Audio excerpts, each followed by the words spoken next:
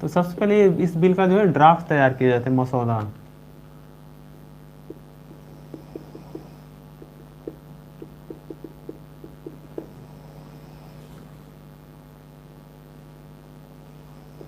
मसौदा तैयार किया जाता है।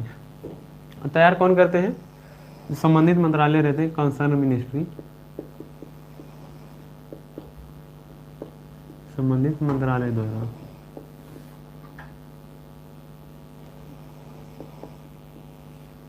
अब इन्होंने मसौदा तैयार कर दिया, अब डायरेक्ट वो जो है डायरेक्ट संसद में नहीं चला जाएगा पेश करने के लिए। अब उसको जो है संसद में पेश करने से पहले वो जाता है कैबिनेट मिनिस्ट्री के पास। ये जो ड्राफ्ट रहेगा, जो मसौदा रहेगा, वो जाएगा कैबिनेट के पास।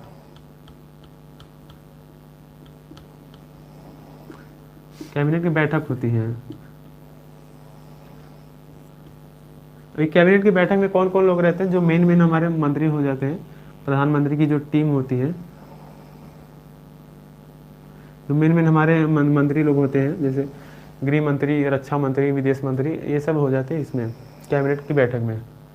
वहाँ पर जो है ये लोग बढ़िया से करते हैं, बढ़िया से जो है उस पर विचार, अपने सभी लोग अपने अपने विचारों को रखते हैं, उस पर जो है चर्चा होती है काफ़ी लंबे टाइम तक। उसके बाद सबकी सहमति के बाद जब कैबिनेट जो है अप्रूव कर देती है, कैबिनेट के अप्रूवल के बाद वो किसी मंत्री के द्वारा जो है पेश किया जाता है संसद में।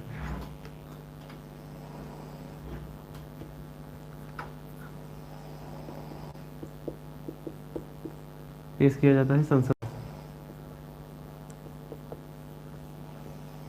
संसद के लोकसभा या फिर राज्यसभा, किसी भी सदन में जो है पेश किया जा सकता है। ये हमारा जो है, जो हमारा नॉर्मल बिल रहता है उसका मैंने प्रोसेस बता दिया इस तरीके से।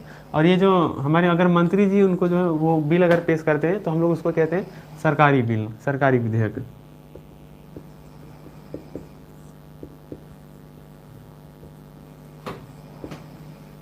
और अगर किसी मंत्री की जगह पर कोई अगर सांसद अगर इस बिल को पेश करेंगे तो वो जो है वो हो जाता है प्राइवेट बिल।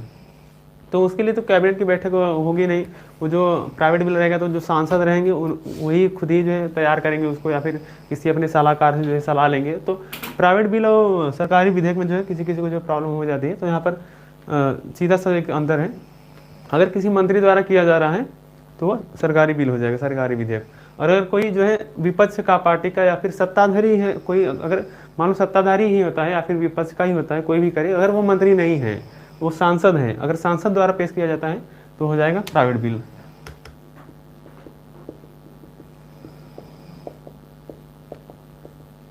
अगर सांसद द्वारा पेश किया जाएगा तो हमारा हो जाएगा प्राइवेट बिल, यानी कि प्राइवेट विधेयक। ये तो हमारा जो नॉर्मल बिल रहता है उसकी प्रक्रिया हो गई। अब हम लोग जो है देखते हैं आगे।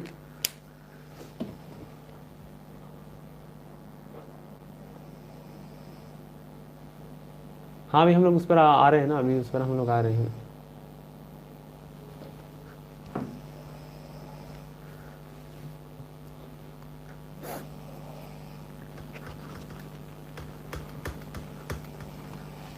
अगर इसके आगे क्या होता है आप लोग को जानना है तो फिर हमारे जो संसद के दोनों जो सदन होते हैं, लोकसभा और राज्यसभा, दोनों में चर्चाएं होती हैं। उसके बाद हमारे संसद के 3 अंग हैं, लोकसभा, राज्यसभा, एक तो हमारे खुद ही राष्ट्रपति हो जाते हैं।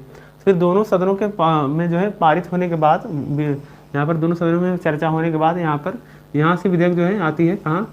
हमारे राष्ट्रपति के पास जाता है विधेयक। अब राष्ट्रपति अगर उस विधेयक पर जो है अपनी सहमति दे देते हैं, अपना साइन कर देते हैं, तो जो है कानून बनकर तैयार हो जाएगा। अगर वो उस पर वीटो लगा देते हैं या फिर पुनः विचार के लिए भेज देते हैं तो फिर वापिस से संसद में जाएगा और वो लोग जो है फिर से विचार करेंगे। वीटो भी अलग अलग प्रकार के होते हैं, फिलहाल वीटो पर अभी हम लोग बात नहीं कर रहे हैं। वीटो भी कुछ प्रकार के होते हैं, उस पर हम लोग बाद में बात करेंगे।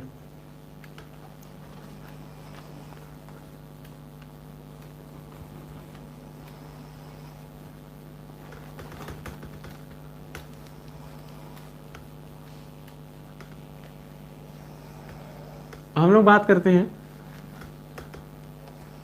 कि जब ये तो हम जो मैंने बताया वो एक नॉर्मल जो कोई कानून बनता है तो उसके लिए ये प्रोसेस रहता है, उसका सिंपल सा प्रोसेस मैंने बताया। अब कुछ कानून जो है पहले लोकसभा में, कोई विधेयक को जो है पहले लोकसभा में जाते हैं, कुछ विधेयक पहले लोकसभा में या फिर राज्यसभा में, दोनों में जा सकते हैं। तो वो अलग अलग विधेयक के हिसाब से हो जाता है, उस पर भी हम लोग बात कर लेंगे बाद में। फिलहाल अभी ये हम लोग देख लेते हैं। नए राज्य के निर्माण के लिए क्या प्रोसेस रहेगी, बस यही रहेगा, बस इसमें थोड़ा सा जो है अंतर हो जाता है। तो मैंने कहा कि मान लो कोई ए राज्य है, हमारे भारत का कोई ए राज्य हो गया, मैं किसी भी राज्य का नाम नहीं ले रहा हूँ यहाँ पर, आप लोग जो है अपने से खुद से भी समझ सकते हैं, या फिर किसी भी राज्य को जो है यहाँ पर एग्जाम्पल के लिए रख सकते हैं। मैंने कहा कोई ए राज्य हो गया, इससे मांग आई कि मान लो ये ए राज्य हो गया, यहाँ की इतनी जो आबादी है वो मुस्लिम बहुल है, या फिर यहाँ पर मान लो कोई हमारा जो पड़ोसी देश हो जाता है, तो इनके साथ जो है ये काफ़ी मतलब कि सीमा पर होता है ना, घुसपैठिया वगैरह आते जाते रहते हैं, तो उस तरीके का काम करते हैं, आतंकवादी को शरण देना, इस तरीके का काम हो रहा है। तो अगर मान लो सरकार के पास कहीं से भी जो है मांग उठती है कि ये लोग जो है अब इधर मान लो शांत इलाका है, तो ये लोग जो है इधर घुस के जो है यहाँ पर आतंकी हमला वगैरह करते रहते हैं, तो उसी तरीके से कुछ भी मामला हो सकता है, या फिर कोई अलग भी मुद्दा हो सकता है। तो मान लो मांग आती है, कहीं से भी मांग आती है कि अलग राज्य की यहाँ पर जो है इनको अलग राज्य बना दो, इनको अलग राज्य बना दो, यानी कि इसको अलग कर दो, इसको अलग कर दो। तो मान लो ये पूरा ए था, हमने कहा ये पूरा ए राज्य था, हमने कहा बी राज्य की मांग की, बी राज्य के निर्माण के लिए मांग उठ रही है सरकार के पास। सरकार के पास मांग कहीं से भी आ सकती है, तो मान लो अब सरकार क्या करेगी, उस पर विचार करेगी, जो हमारी केंद्रीय सरकार होती है उस पर जो विचार करेंगे, फिर अगर उनको ठीक लगता है जो है उसके निर्माण की, उस पर जो है वो राज्य के निर्माण की जो है प्रोसेस शुरू कर दी जाएगी। अब यहाँ पर क्या किया जाएगा, मान लो ए राज्य है, अब इसमें से हमें बी राज्य बनाना है, बी राज्य बनाना है। अब ए राज्य तो रहेगा ही, ये तो कहीं जाएगा नहीं, ये तो पहले से रहेगा, ए में से बी को निकाला गया है, कोई भी राज्य आप लोग एग्जाम्पल के लिए ले सकते हैं। अब इसका जो है नाम मान लेते हैं हम लोग, उसी तरीके से जो है इसका नाम रख दिया गया, ए राज्य पुनर्गठन अधिनियम 2025। सपोज एग्जाम्पल के लिए इस जो है ये बिल जो है, ये विधेयक हो गया, विधेयक का नाम ऐसे रख दिया गया, ए राज्य पुनर्गठन अधिनियम 2025, इस तरीके से इसका नाम रख दिया गया। अभी ये जो हो गया, अब इस पर जो है क्या किया जाएगा, इस पर पहले मान लो इस तरीके का कोई भी अगर बी राज्य बनाना है, तो पहले उस पर उसकी जो है इस पर पहले ड्राफ्टिंग की जाएगी, पहले मसौदा इसका तैयार किया जाएगा, ड्राफ्टिंग।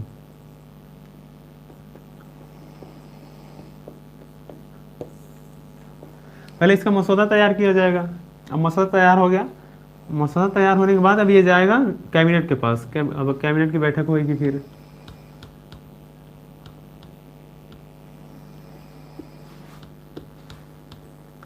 अब कैबिनेट के जो टीम रहेंगे, प्रधानमंत्री की जो टीम रहेगी, अभी मसौदा कौन तैयार करेंगे, जिस भी मंत्रालय से संबंधित वो रहेगा।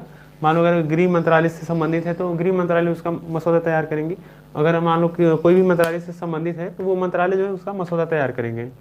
फिर उसके बाद कैबिनेट की बैठक होती है। अब कैबिनेट की बैठक में लोग वही रहेंगे, टीम प्रधानमंत्री की रहेगी, जो मेन मिनिस्टर्स होते हैं, मेन जो मंत्री होते हैं वही सब इसमें रहेंगे, उस पर बात करेंगे, अच्छे से बात विचार करेंगे अपना, तो सभी लोग अपना अपना पक्ष रखते हैं। उस पर बढ़िया से बातचीत होने के बाद अगर जो है संसद, अगर कैबिनेट जो हमारी है अगर अप्रूवल कर देती है, कैबिनेट के अप्रूवल के बाद अब ये डायरेक्ट जो है ये जो बिल है डायरेक्ट संसद में जाकर के पेश नहीं होगा, ये जाएगा राष्ट्रपति के पास।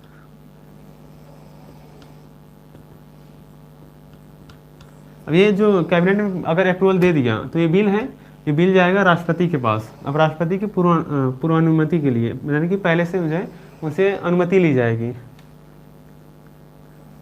पूर्वानुमति, फिर सहमति लिख लो, फिर अनुमति ही लिख लो, पूर्वानुमति लिख लो।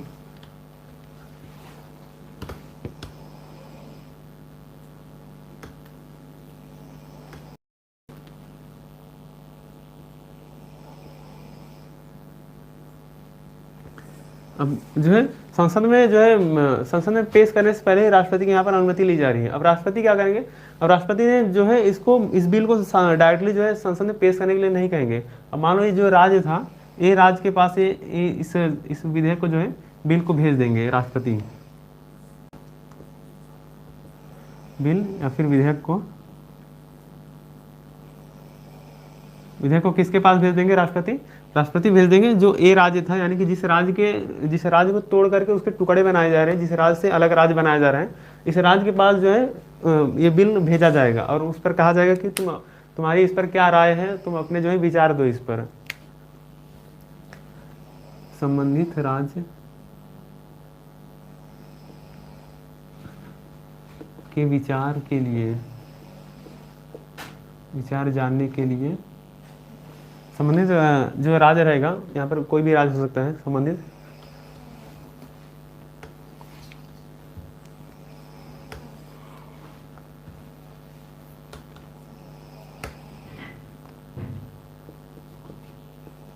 राज्य के विचार जानने के लिए,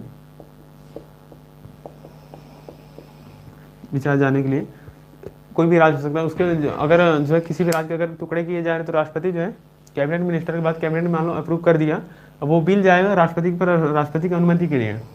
राष्ट्रपति उस बिल को जो है भेज देंगे, जो जिस राज्य से अलग राज्य बनाया जा रहा है उसको उसके विचार जानने के लिए भेजा जाएगा।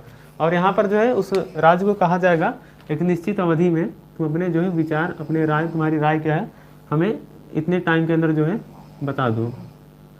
निश्चित अवधि यानी कि 2 महीना, 4 महीना, 6 महीना, कितना भी टाइम दिया जा सकता है कि इस निश्चित टाइम के अंदर, मान लो 2 महीना दे दिया राष्ट्रपति ने कि 2 महीने के अंदर तुम्हें बताना है कि ये तुम्हें ठीक लग रहा है या फिर नहीं लग रहा है। अगर मान लो तुमने 2 महीने तक अगर कोई भी हाँ या ना या फिर कोई भी जो है रिप्लाई नहीं किया तो जो राष्ट्रपति रहेंगे वो मान लेंगे कि हाँ आपने हाँ कह दिया है, भले ही आपकी मर्जी ना हो, आप हाँ कहो या फिर ना कहो। अगर आपने कोई जो है अपने रिप्लाई नहीं दिया, कोई भी विचार आपने नहीं दिया अपना, तो राष्ट्रपति क्या करेंगे, मान लेंगे कि हाँ आपने हाँ कह दिया है। यहाँ पर निश्चित अवधि के भीतर अगर रिप्लाई नहीं आता है, यानी कि संबंधित राज्य के जो विधायिका है, संबंधित राज्य की विधायिका ने कोई भी जो है विचार नहीं दिए, अपने कोई भी अपने राय नहीं दिया उस पर, तो राष्ट्रपति वहाँ पर क्या समझ लेंगे, यस, यानी कि राज्य की विधायिका ने जो है अपने विचार दे दिए, हाँ उन्होंने जो है वो सहमत हो गए हैं अलग राज्य बनाने के लिए। तो फिर अब ये विधेयक कहाँ जाएगा? अब ये विधेयक यहाँ से फिर से जाएगा डायरेक्ट संसद के पास, राष्ट्रपति के सहानुभूति के साथ विधेयक जाएगा संसद में, पेश होगा।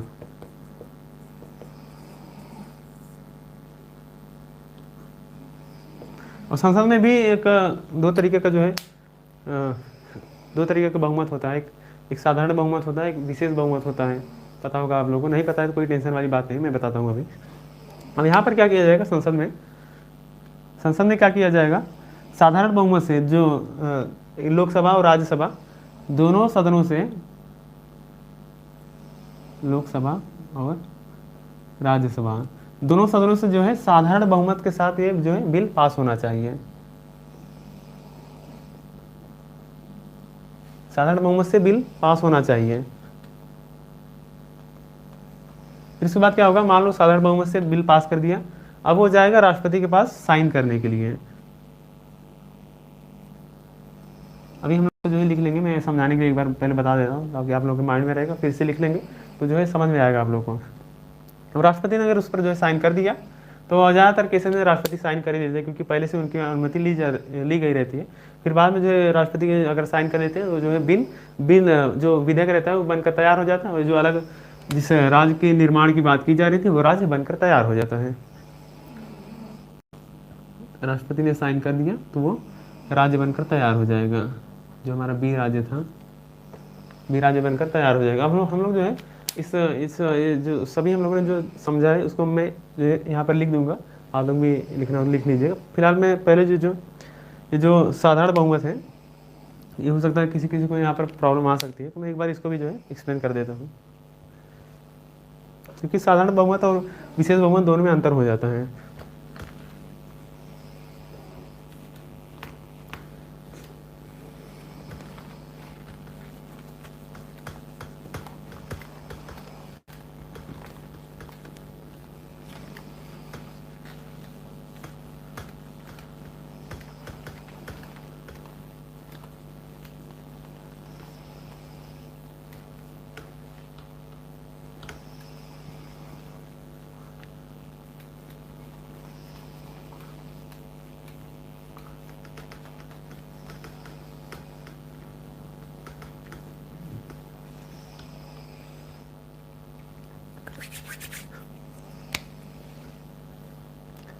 एक साधारण बहुमत क्या होता है?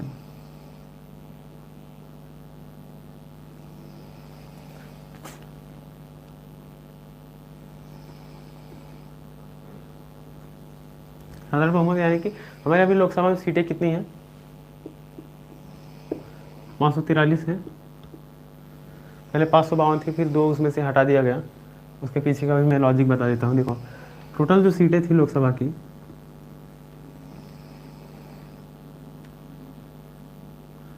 लोकसभा को मैं शॉर्ट में लिख रहा हूँ LS, तो यहाँ पर जो टोटल सीटें थी 552 थी। और ये जो 2 सीटें थी वो किसके लिए थी? वो एंग्लो इंडियन होते हैं ना, एंग्लो इंडियन यानी कि जो विदेशी यानी कि जो अंग्रेज थे उनकी, जो यहाँ पर उनके संतान रहेंगे उनके लिए होते थे। क्योंकि यहाँ पर भी लोगों को पता है कि अगर वो वोट लड़ेंगे तो उनको जो है कोई भी जो है वोट वगैरह देंगे नहीं। अब एंग्लो इंडियन को कौन वोट देने जा रहा है?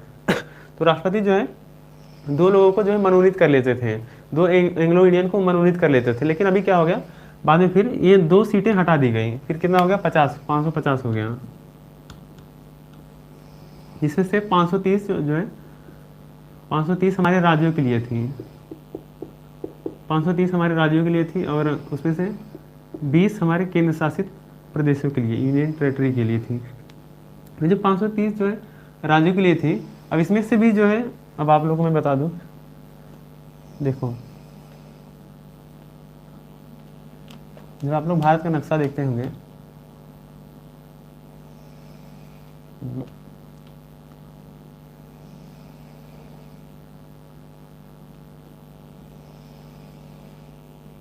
यहाँ पर जो है POK आ जाता है, पाकिस्तान ऑक्युपाइड कश्मीर। तो यहाँ के लिए जो है कुछ सीटें रखी गई हैं, अवैध सीटें, ये दिखाने के लिए कि वो क्षेत्र जो है हमारा ही है। बाद में भविष्य में वहाँ पर हमारा कब्जा हो जाएगा, यानी वो हमारे नियंत्रण में आ जाएगा। अभी तो पाकिस्तान का कब्जा है यहाँ पर, जब वो हमारे नियंत्रण में आ जाएगा तो वहाँ के लोग जो है हमारे संसद में आकर के बैठेंगे, वहाँ के लोग चुनाव वगैरह लड़ेंगे फिर। तो इसके लिए यहाँ के लिए भी जो है सीटें जोड़ी जाती हैं। लेकिन अभी फिलहाल यहाँ पर हमारे भारत में जो है यहाँ के लिए चुनाव नहीं हो रहा है, तो इसलिए जो है इसमें से अभी 20 मानी गई थी, लेकिन अब UT के लिए कितना होता है? 19 ही सीटें रखी जाती हैं, और यहाँ पर जो है यहाँ के लिए कुछ सीटें रखी जाती हैं। तो कुल मिला जुला करके अभी जो है 543 सीटों पर जो है चुनाव होता है।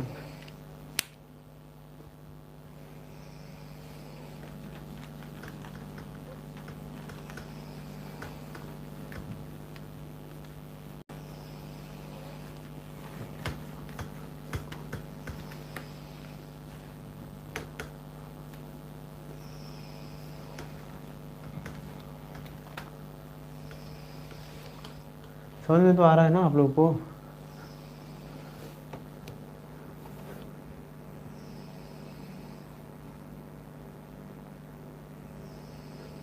ऐसा क्यों? ऐसा हम लोग अभी बाद में बात करेंगे, अभी सब कुछ एक ही बार में जान लेंगे क्या? धीरे धीरे सब पर आएंगे ना।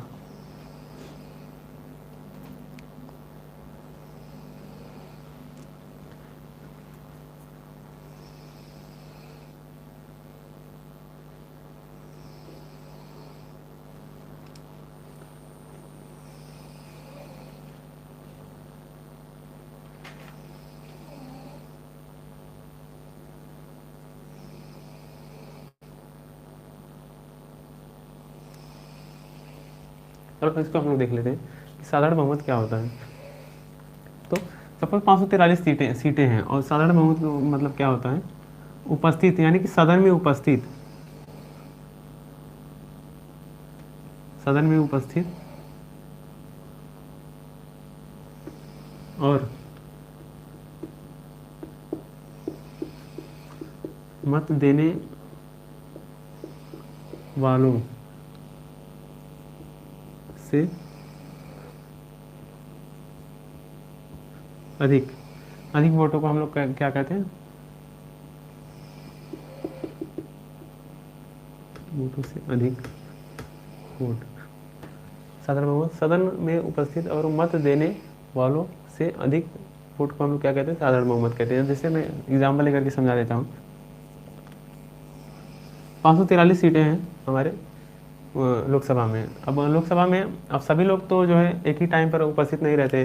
कुछ लोग मान लो अपने प्रचार में लगे रहते हैं, और कुछ लोग इधर उधर जो है घूमने फिरने में लगे रहते हैं, और कुछ लोग जो है बढ़िया एकदम जेल में भी होते हैं, तो अपना कोई कोई बिजनेस में लगा रहता है। तो मतलब सभी लोग एक साथ जो है उपस्थित नहीं रहते सदन में। हमने मान लिया इसमें से जो है उपस्थित कितने हैं, हमने मान लिया इसमें से उपस्थित है 530, 500 या फिर 540 मान लेते हैं, या फिर 400 मान लेते हैं। हमने कहा कि चलो 450 लोग जो है 450 लोग उपस्थित हैं। इसमें से भी जो 450 लोग उपस्थित हैं, तो सदन में 450 लोग हैं, अब उसमें से भी सभी लोग वोट नहीं देते हैं। मान लो कुछ लोग वोट देंगे, कुछ लोग कहेंगे हम वोट ही नहीं देंगे, हम यहाँ पर अपना मत ही, हम अपने विचार ही नहीं देंगे, मतलब हम ना कहेंगे ना हाँ कहेंगे, हम यहाँ पर वोट ही नहीं देंगे। तो यहाँ पर क्या हो जाएगा, कुछ अब्सटेन भी हो जाते हैं, जो वोटिंग नहीं कर रहे, यानी कि ना हाँ कह रहे ना कह रहे, जो कुछ भी नहीं कह रहे हैं, उनको हम लोग अब्सटेन कहते हैं। अब्सटेन यानी कि वोट नहीं देने वाले।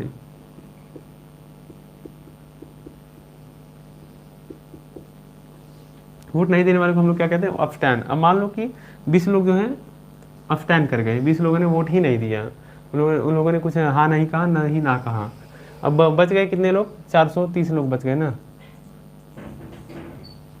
अब इसमें से 430 में से जितने भी लोग जो है, फार्मूला क्या होता है साधारण बहुमत का, जितने वोटिंग देते हैं बटे 2 करके +1 किया जाता है। तो यहाँ पर जो है अब क्या हो जाएगा, 430 लोग वोटिंग कर रहे हैं, बटे 2 +1 किया जाता है। ये +1 क्यों किया जाता है वो भी मैं बता देता हूँ आप लोगों को। +1 इसलिए किया जाता है कि अगर मान लो जो है बराबरी पर, यानी कि हाँ कहने वालों की संख्या और ना कहने वालों की संख्या जो है बराबर हो गई, मतबारी पर टाई हो गया, तो वहाँ पर जो अध्यक्ष रहते हैं, लोकसभा के जो अध्यक्ष रहेंगे, वो जो है अपना पक्ष किसी भी तरफ जो है रख सकते हैं। अगर इस साइड जाएंगे तो इस साइड का जो है बहुमत हो जाएगा, इस साइड जाएंगे तो इस साइड का बहुमत हो जाएगा। तो लोकसभा अध्यक्ष के पास ये अधिकार होता है। तो फिलहाल इस तरीके से जो होता है, इस तरीके से हमारा जो है साधारण बहुमत बन के पास हो जाता है, साधारण बहुमत से बिल पास हो जाता है। अब हम लोग जो है ये हम लोग इस पर बात कर रहे थे, ये मैंने बता दिया आप लोग को। हम लोग इस पर आ जाते हैं, नए राज्य के जो है निर्माण की प्रक्रिया हम लोग समझ गए, उसको हम लोग थोड़ा सा लिख लेंगे अब।